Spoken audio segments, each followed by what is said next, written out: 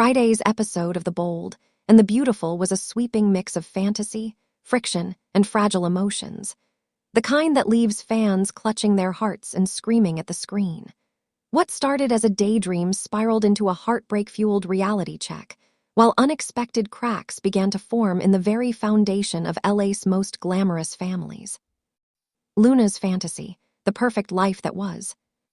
The episode opened with a dream so vivid that it could almost fool the audience, Luna Nazawa's imagined life as Mrs. R.J. Forrester. The scene was bathed in golden light, a vision of the future she's always longed for. Luna, draped in a stunning lace wedding gown, stood before R.J. at the Forrester mansion, surrounded by family, laughter, and love. "Forever starts today," R.J. whispered as they exchanged vows. Brooke dabbed her eyes with a handkerchief, Ridge smiled proudly, and even Steffi looked approving for once. Luna's mother, Poppy, beamed, mouthing the words "I told you so." But like all fantasies, it was too perfect to last.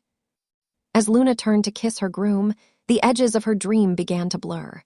Suddenly, the smiling faces faded. The music stopped. The bright lights dimmed, replaced by the harsh sound of her phone buzzing on the nightstand.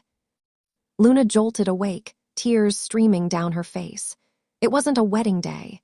It was just Friday morning, and reality came crashing down like a tidal wave.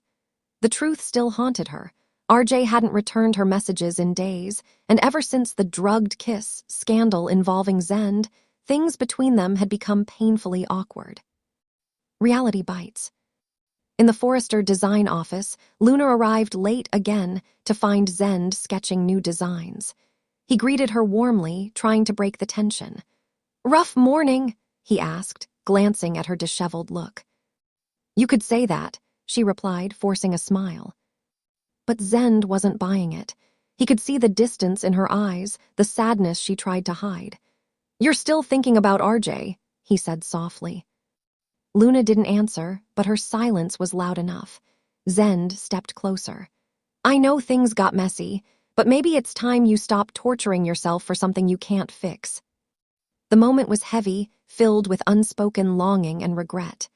Luna knew Zend had feelings for her, but her heart was still tied to RJ. Before she could respond, RJ himself appeared in the doorway. "Can we talk?" he asked, his voice clipped, serious. Luna froze.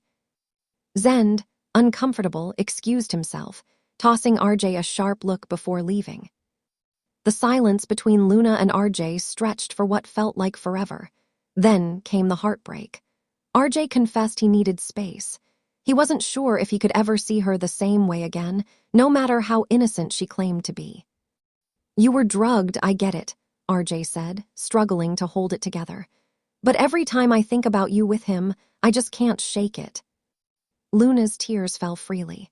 "You think I wanted any of this? I love you, RJ. I've only ever loved you." He didn't answer, just turned and walked away. And with that, Luna's fairy tale came crashing down, leaving her standing in the empty design office, staring at the shattered dream she once believed in. Poppy's warning and Bill's doubt. Meanwhile, across town, Poppy met with Bill Spencer at Il Giudino for what started as a light lunch but quickly turned tense. Poppy, radiant yet visibly stressed, worried about her daughter's future, not just emotionally, but financially. "Luna's breaking apart over that boy," she told Bill. "I don't know if I should step in or let her learn the hard way." Bill sipped his espresso, studying her carefully. "You're her mother, but Luna's not a kid anymore. She's in the Forresters' world now, a world full of privilege, jealousy, and judgment. If you push too hard, you might drive her further into the mess." The advice was sound, but there was something else beneath the surface, a flicker of doubt in Bill's eyes. His connection with Poppy, once flirty and spontaneous, was beginning to feel complicated. When she reached for his hand, he didn't pull away, but he didn't squeeze back either.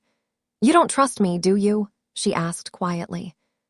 Bill gave a small, knowing smile.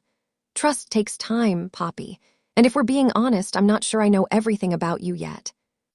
It was the first crack in their growing romance, one that could widen fast. Electra's meltdown, the other Forrester drama. Back at Forrester Creations, Chaos brewed in another corner of the building. Electra Domings, the new PR head with a fiery streak, was packing outside Ridge's office, muttering under her breath.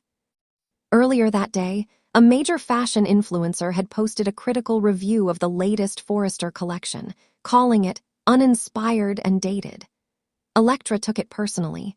She had overseen the campaign herself. When Ridge finally called her in, she launched into a frantic explanation about algorithms, timing, and digital sabotage. "Someone's out to make me look incompetent," she insisted. "Probably one of the Spectras." Ridge, calm as ever, tried to soothe her. "We'll handle it, Electra, but I need you to slow down, you're spinning." That only made things worse. "Spinning," she snapped.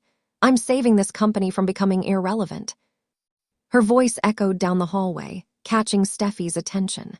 Steffi, never one to avoid confrontation, stepped in and told Electra to take a break, but Electra wasn't having it.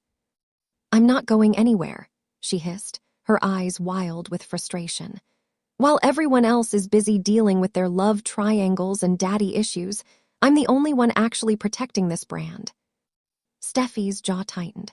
"You need to calm down before you say something you regret." But Electra didn't stop. She stormed out, slamming the door so hard it rattled the glass wall. Her breakdown wasn't just emotional, it was professional suicide in motion. A shattered illusion. By the end of the episode, the tone had shifted from fiery to somber. Luna stood outside the Forrester building, staring out over the city skyline. She thought about her dream, that perfect wedding, the smiles, the love, and how easily it all disappeared. Poppy called, begging her to come home for dinner, but Luna couldn't face anyone. "I just need to be alone tonight," she whispered before hanging up. Meanwhile, RJ sat in his car, staring at a photo of them together on his phone. He wanted to delete it but couldn't bring himself to. His hand trembled as he whispered, "Why can't I let you go?" And in the distance, Electra drove recklessly through the city, her mind spinning faster than her car wheels. She didn't see the red light ahead, only the reflection of her own anger in the windshield. Closing scene, when dreams and reality collide.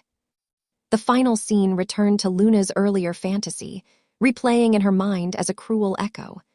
The vows, the smiles, the promise of forever. But this time, as RJ turned to her at the altar, his face blurred, replaced by Zen's. The guests gasped. The music warped into static. Luna screamed as the world collapsed around her. She woke again, heart pounding, whispering through tears. "It was only a dream, but what if it's my destiny?" The screen faded to black with one haunting image. Luna clutching her engagement ring pendant, her reflection fractured in the glass behind her.